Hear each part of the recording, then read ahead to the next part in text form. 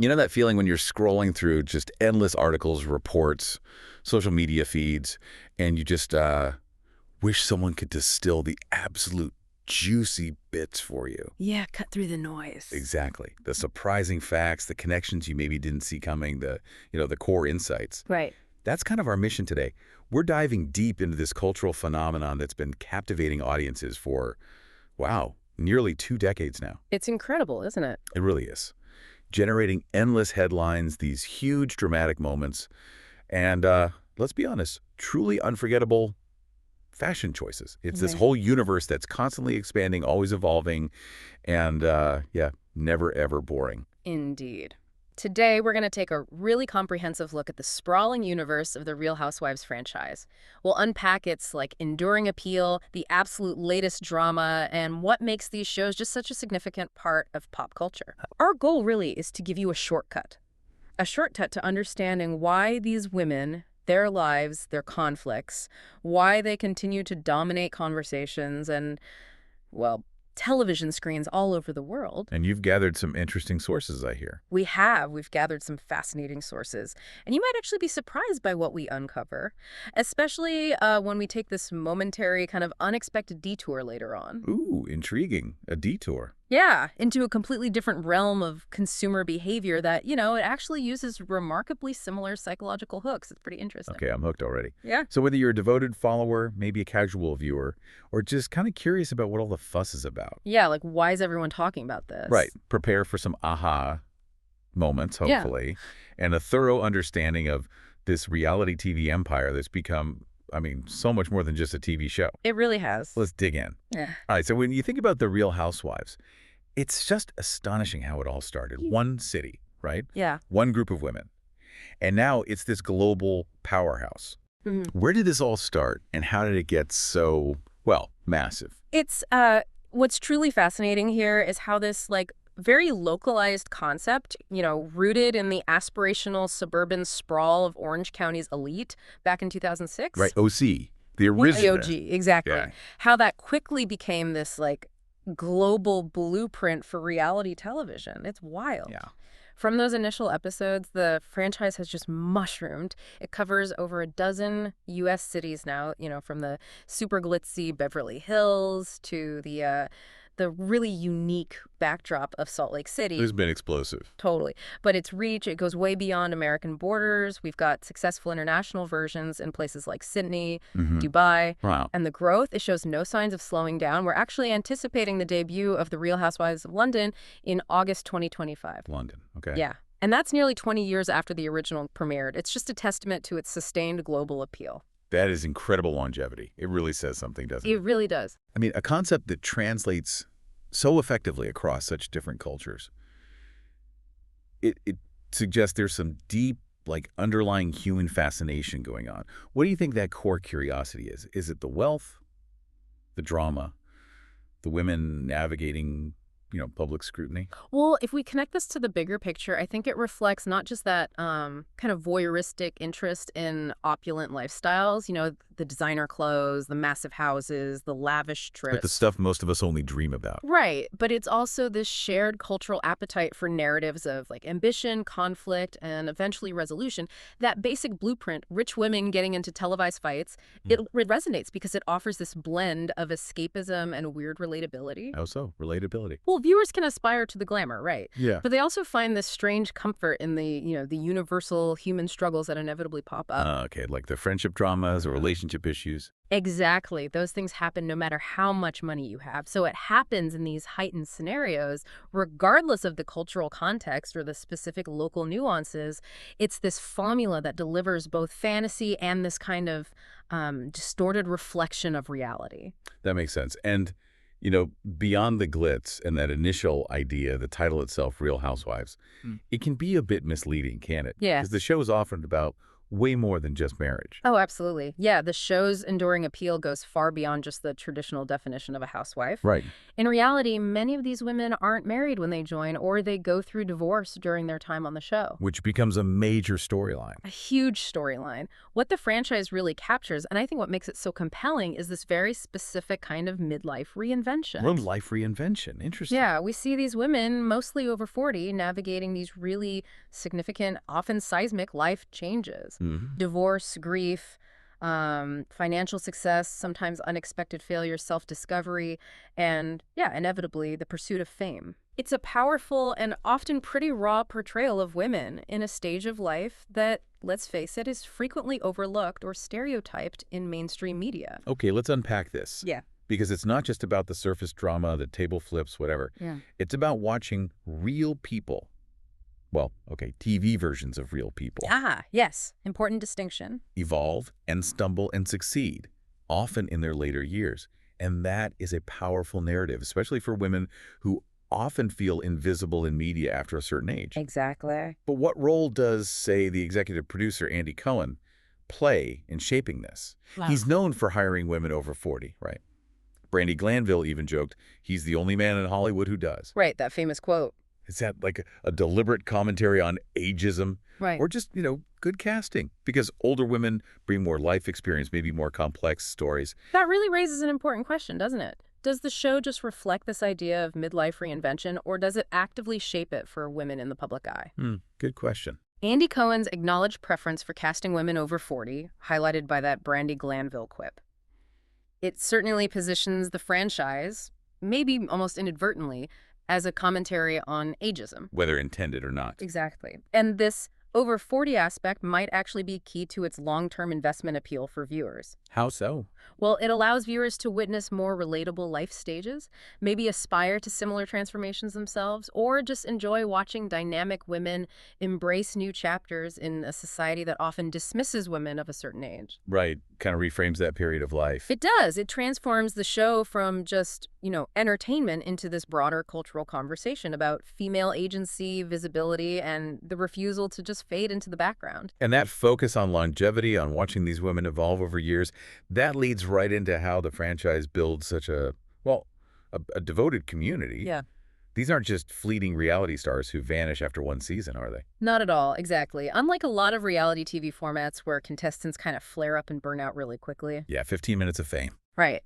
Housewives creates what you could call cultural icons. It invites long-term investment from the audience. Investment. Yeah, you feel like you know them. You do. Viewers follow these women for years sometimes, like well over a decade. You watch their friendships fracture, their marriages end, their kids grow up, their businesses succeed or fail. The whole roller coaster. The whole thing. And this consistent, evolving narrative arc, it cultivates a truly devoted community among fans. It makes it feel like event television. Even television in the age of streaming.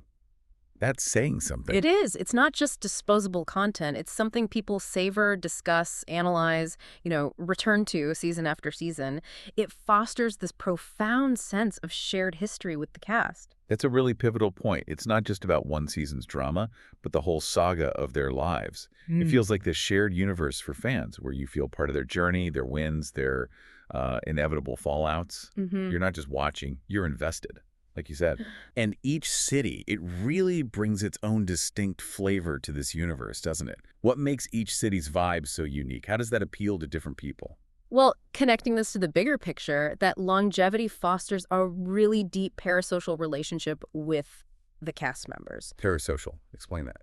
It's when viewers feel like they know these public figures almost like personal friends, it creates this powerful sense of intimacy and connection, even though it's one-sided. Oh, okay. I get that. And that, in turn, creates a strong sense of community and shared experience among viewers. They talk online, they have watch parties. Right. And the cities themselves. Each city is, I think, meticulously crafted to offer a different mood. And that's crucial for segmenting the audience and keeping them coming back. Beverly Hills, for instance, is just synonymous with bitchy opulence. Totally. Think Lisa Vanderpump's Villa Rosa. Exactly. That blush pink palace, her sassy wit, she practically built an empire out of it. Then the original New York cast. They were truly wild. Oh, yeah. Unapologetic chaos. Yeah. Ramona Singer's eyes. Iconic. Her wide-eyed expressions, the unpredictable behavior. Then Atlanta, in contrast, really stands out for its comedic brilliance and just the best lines. Reads the shade. Oh, the reads are legendary, often delivered by someone like Phaedra Parks with her, like unflappable poise, or the early star power of Nene Leakes, who delivered unforgettable one-liners. Linethea Leaks, yes. And then you have Salt Lake City, which became an instant hit because of Scandal right out of the gate. The Jen Shaw stuff. Exactly.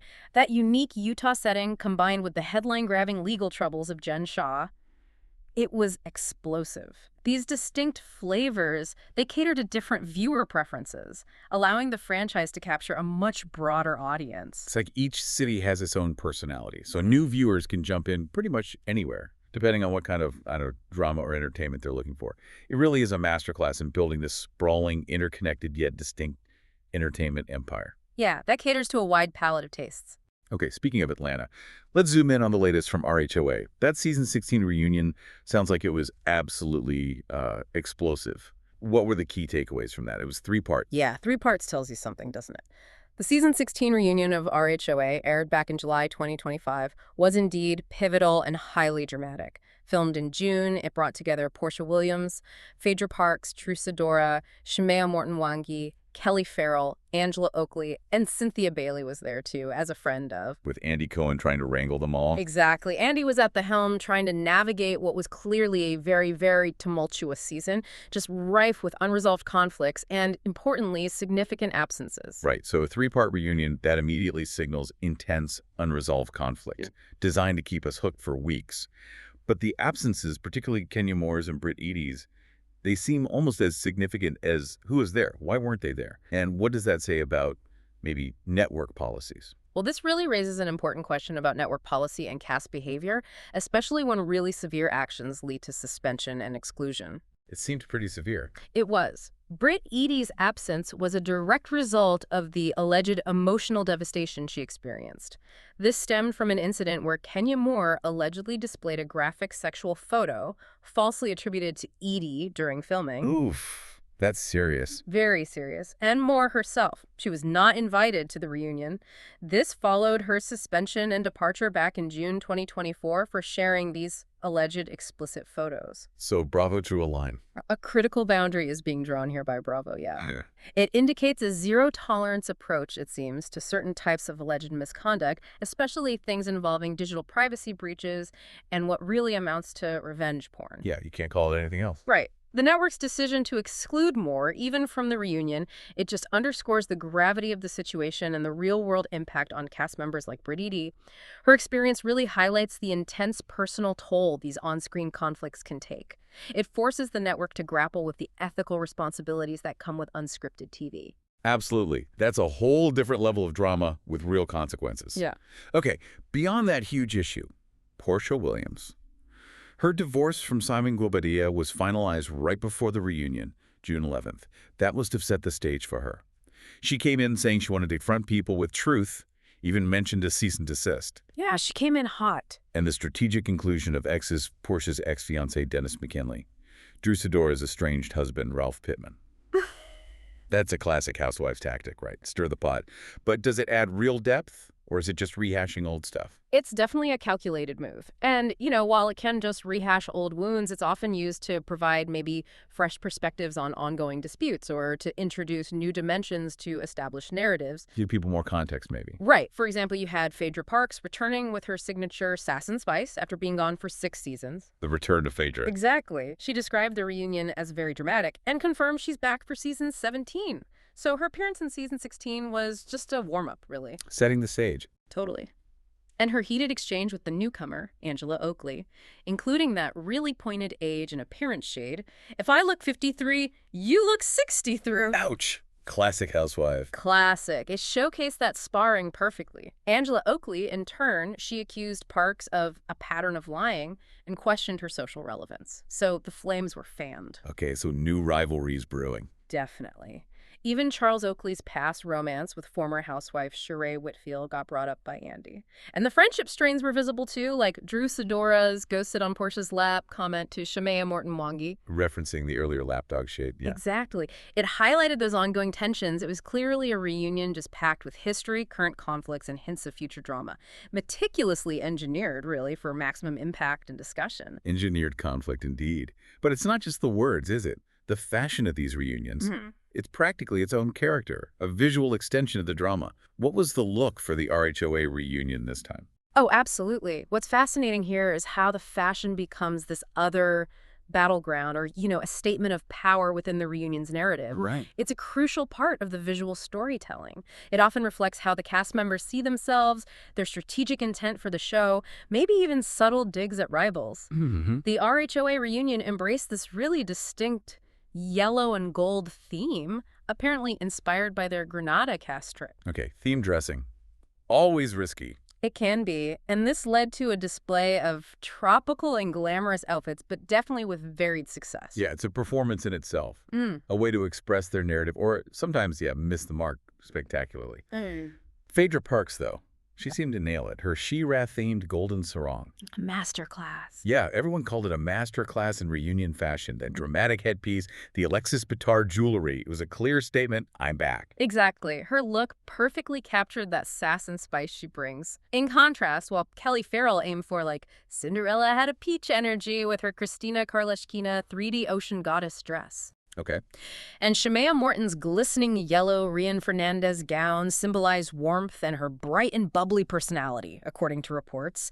Other looks didn't fare quite as well. Uh-oh. Who missed the mark? Well, Cynthia Bailey's Giovanni dress, for example, was seen as maybe a bit safe, too understated for a reunion.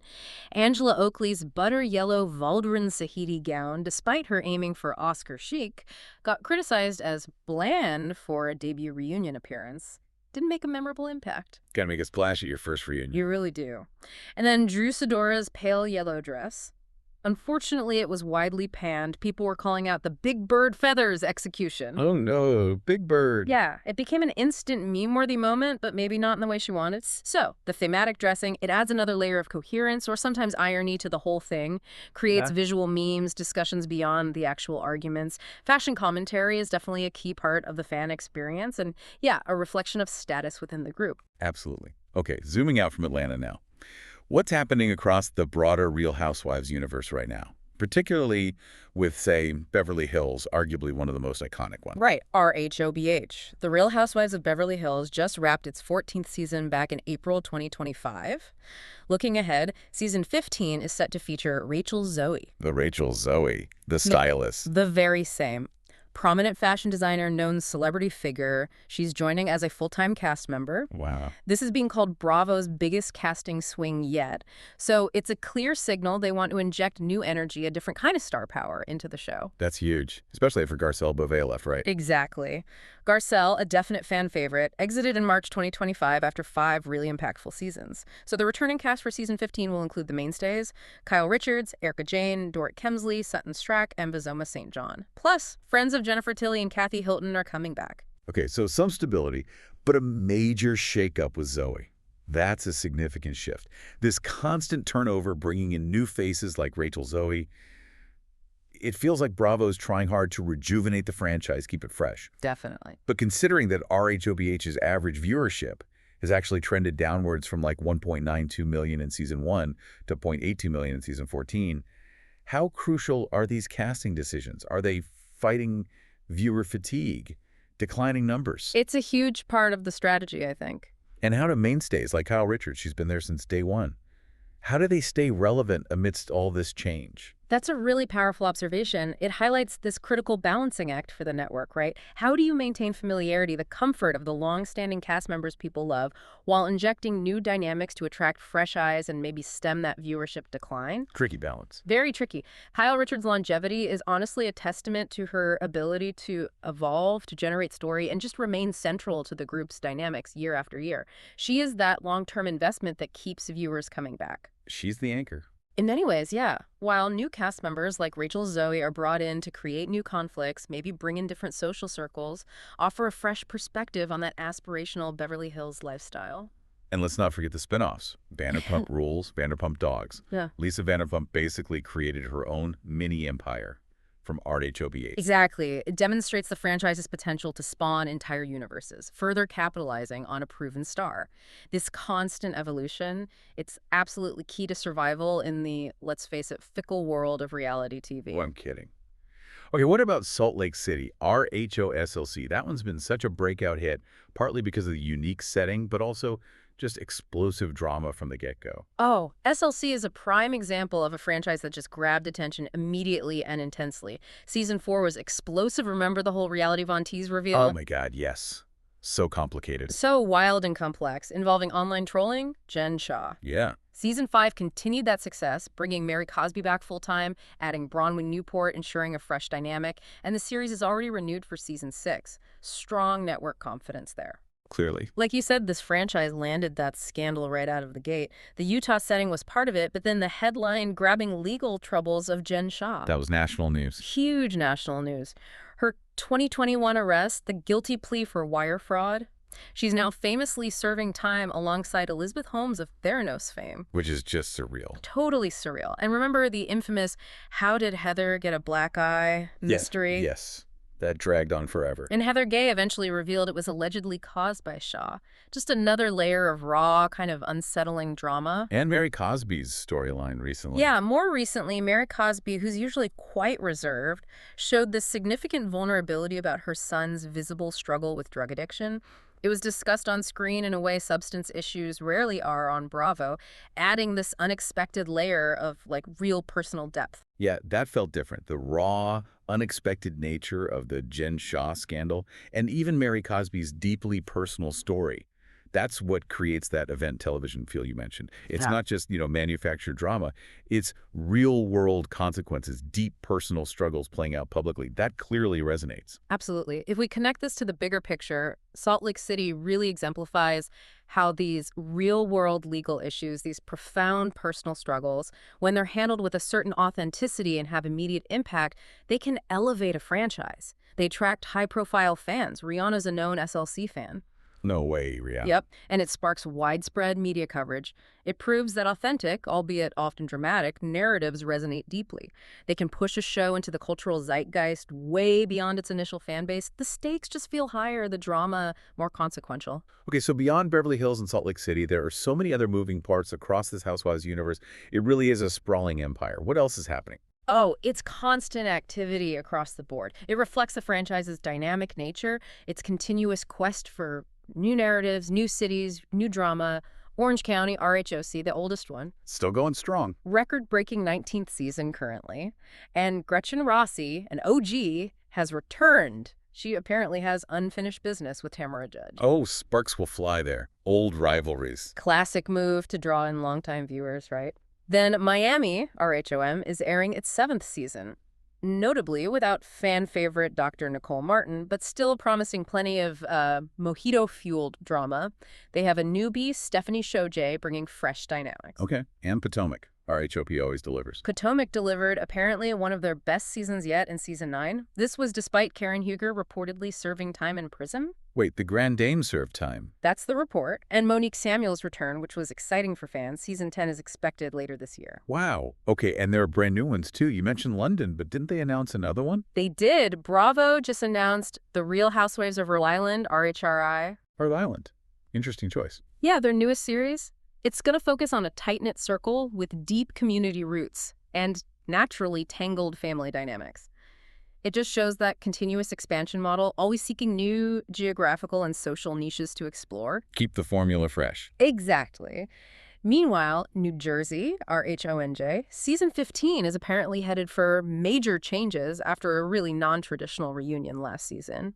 Andy Cohen revealed they're close to nailing down the returning cast, which hints at a potential shakeup, a fresh direction for maybe their most intense franchise. Okay, that's a lot of plates spinning, but what about the ones that have, hit bumps in the road or faced really serious challenges? Not every franchise is a guaranteed home run, it seems. That's a really crucial point, and it highlights the inherent risks, right? Managing such a high-stakes, personality-driven franchise, it's not easy. New York City, RHONY. Yeah, they did that whole recast. Complete recast for season 14 to try and revitalize it. But season 15 with Raquel Chevrolet and Rebecca Minkoff reportedly ended with a controversial and ultimately boring thud. Ouch.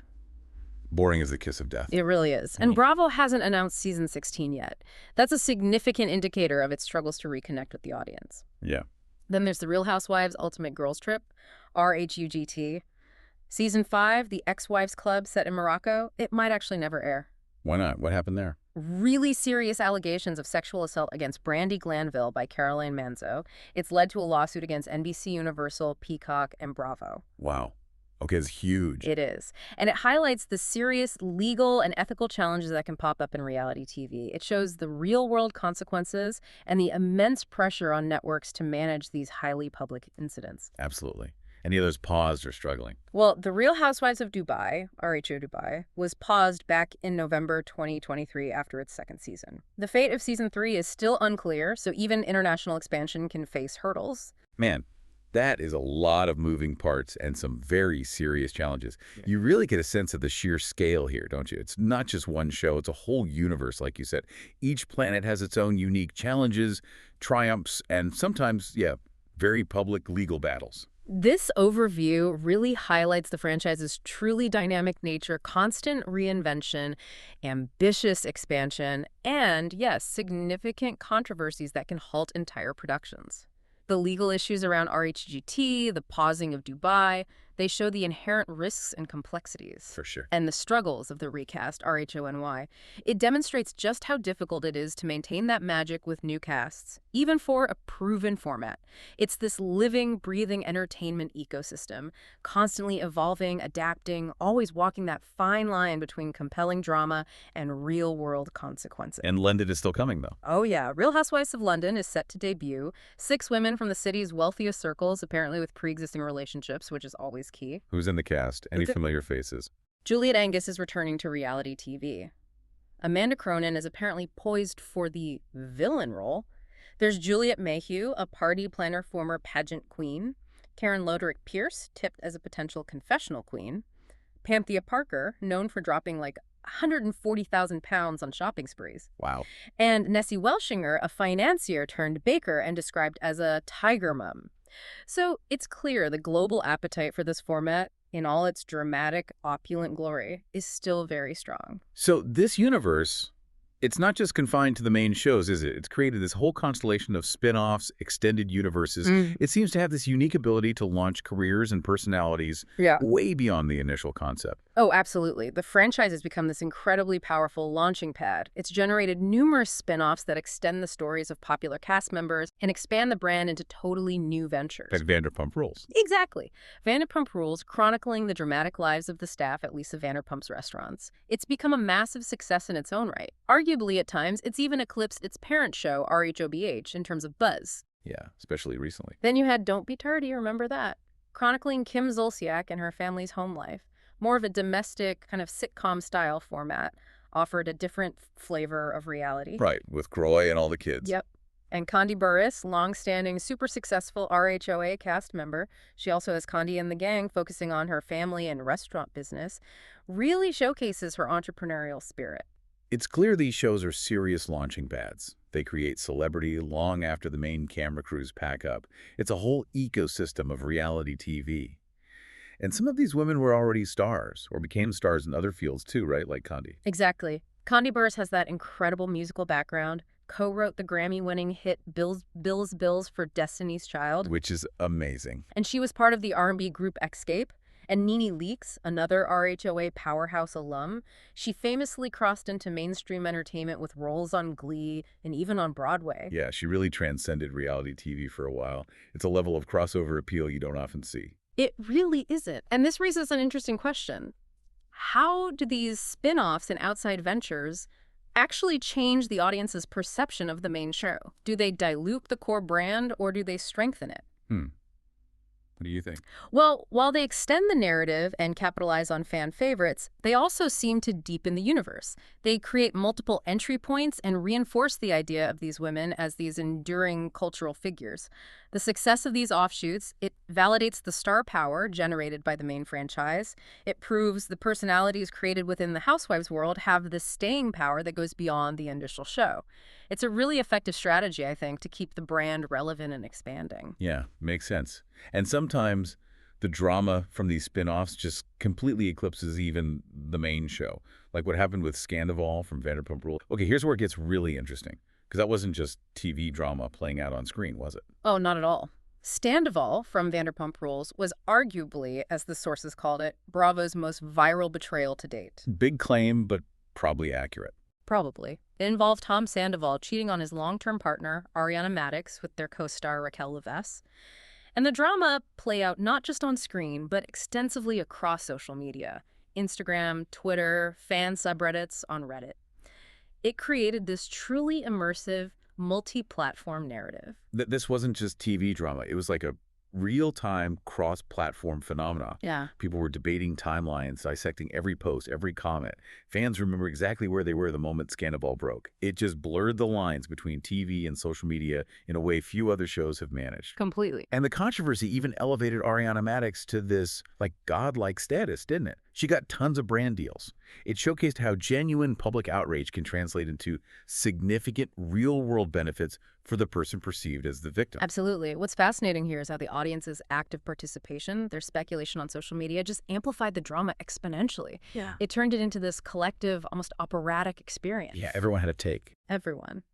This incident just showcases the immense power of integrated media, how reality TV can become the central topic of online discourse, generating huge cultural and financial impact for the people involved, way beyond the TV screen itself. It really demonstrated the power of the audience, didn't it? Yeah. Shaping the narrative, extending its reach, turning viewers into active participants in the unfolding story. Exactly. It underscores how reality TV now lives just as much online as it does on linear television, maybe even more so sometimes. Yeah, definitely. And it's not just about spin-offs and these huge viral moments. These shows have truly infiltrated mainstream culture in other ways too, right? Yeah. From memes to movie cameos.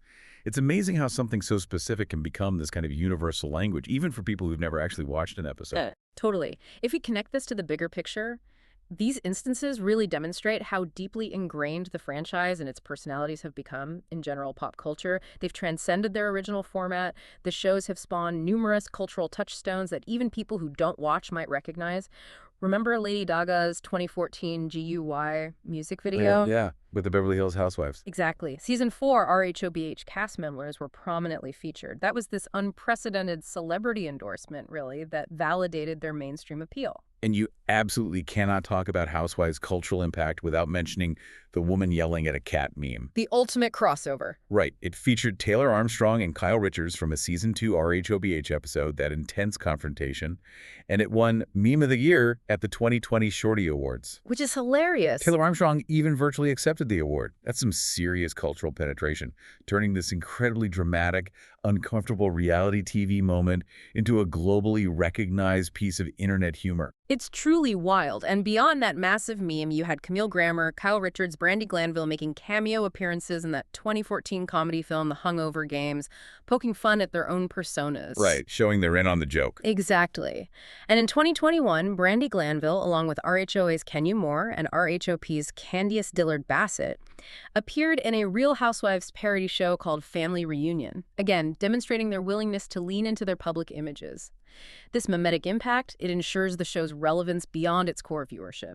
It draws in new audiences through viral content and just solidifies its status as a cultural icon across different media, music videos, film, internet culture. It ensures their presence is felt even by those who don't tune in every week. Okay, so we spent a lot of time dissecting the art of captivating an audience through personality, drama, how these shows become cultural touchstones, even generate this huge multi-platform engagement. But what if I told you that the very same psychological triggers, the same strategic use of urgency and aspiration, are totally at play in a world that seems, well, completely disconnected? Okay, where are you going with this? Well, remember you mentioned that detour. While diving deep into our sources for this deep dive, we stumbled upon something that highlights just how pervasive these strategies are. So let's take a quick, but surprisingly relevant, detour into the world of retail sales. Ah, yes. The detour arrives. A fascinating, if unexpected, parallel.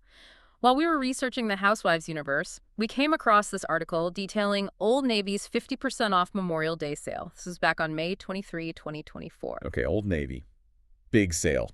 Seems random. It seemed random at first, but it highlighted items starting at just $4, an extra 15% off if you spend $100 plus on non-clearance stuff with a code plus free shipping. At first glance, yeah, completely different realm. But the underlying mechanisms for capturing attention and driving behavior, strikingly similar. Okay, interesting. So you're saying the thrill of getting a limited time deal, that fear of missing out, FOMO, it's conceptually similar to the buzz around, say, a live Housewives reunion that everyone's talking about online. It's not just about the discounts themselves, but how they're presented. Precisely. What's fascinating here is the consistent appeal of these major retail events, right?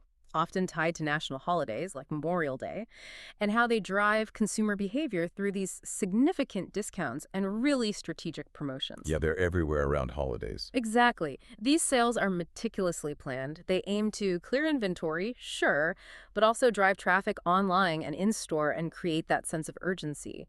Today Only offers spend thresholds to encourage bigger purchases. Get that free shipping. Right. Much like a multi-part reunion builds anticipation, a limited-time sale creates this collective urgency to engage now. The emphasis is often on summer wardrobe essentials or trendy items, leveraging aspirational branding. The idea that you can look chic and on-trend for less. It kind of mirrors the aspirational lifestyles often portrayed by the housewives themselves. Huh.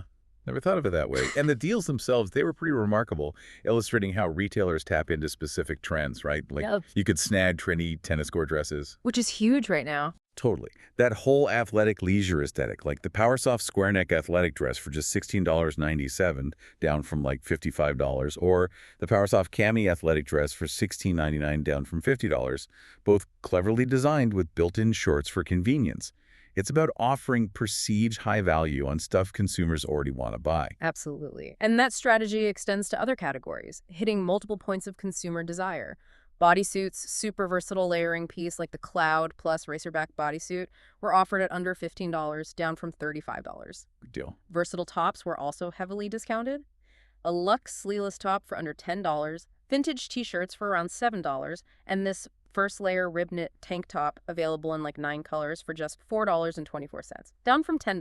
Wow, that's cheap. The sheer variety and affordability combined with that limited time aspect, it's all designed to trigger impulse buys and that feeling of perceived savings. I'm saving money by spending money. The classic trap. And they covered all the bases, like you said earlier.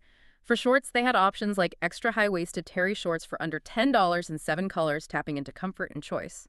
Then high-waisted OG jean shorts for $17, extra high-waisted cargo shorts for under $16, showing a range of styles. Keeping up with trends. Exactly. Yeah. Dresses and jumpsuits featured prominently too, like a fit and flare cami jumpsuit for about $18 in 7 colors and prints.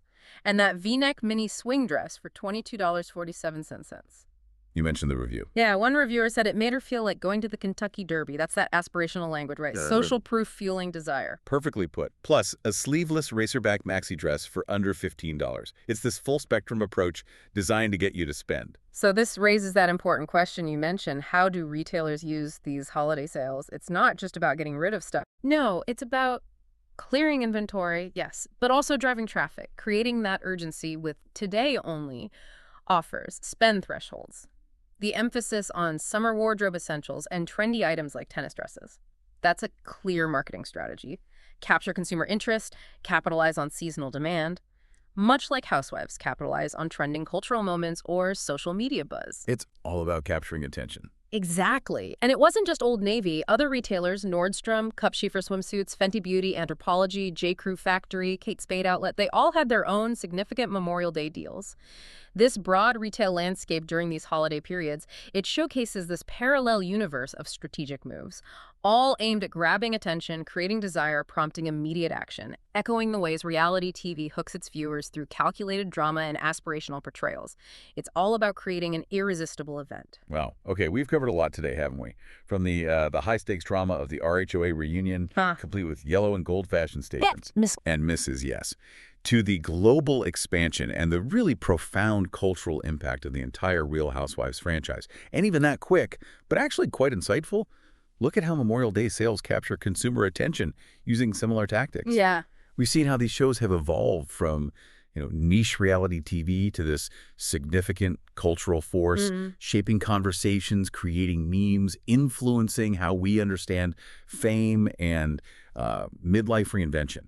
And the insights we've gleaned today from the strategic casting decisions, the handling of really severe controversies like those revenge porn allegations leading to cast exclusions, Right. to the fascinating fan engagement around something like Scandival that just exploded across social media, it offers a deepened understanding of modern media consumption, doesn't it? And the evolving nature of celebrity itself. It really does. And that's maybe the real aha moment here, like you said, whether it's a dramatic showdown on Bravo or a flash retail sale online, both are expertly crafted to tap into our desires, our social impulses, and our wallets. This unexpected parallel helps us understand just how pervasive these attention-grabbing strategies are, even across fields that seem totally disparate. It highlights how information, whether it's about reality TV gossip or retail discounts, is constantly vying for your attention, and how sometimes different pieces of information can reveal similar underlying patterns of human behavior or commercial strategy. That's fascinating. So as you go about your week, maybe keep your eyes open.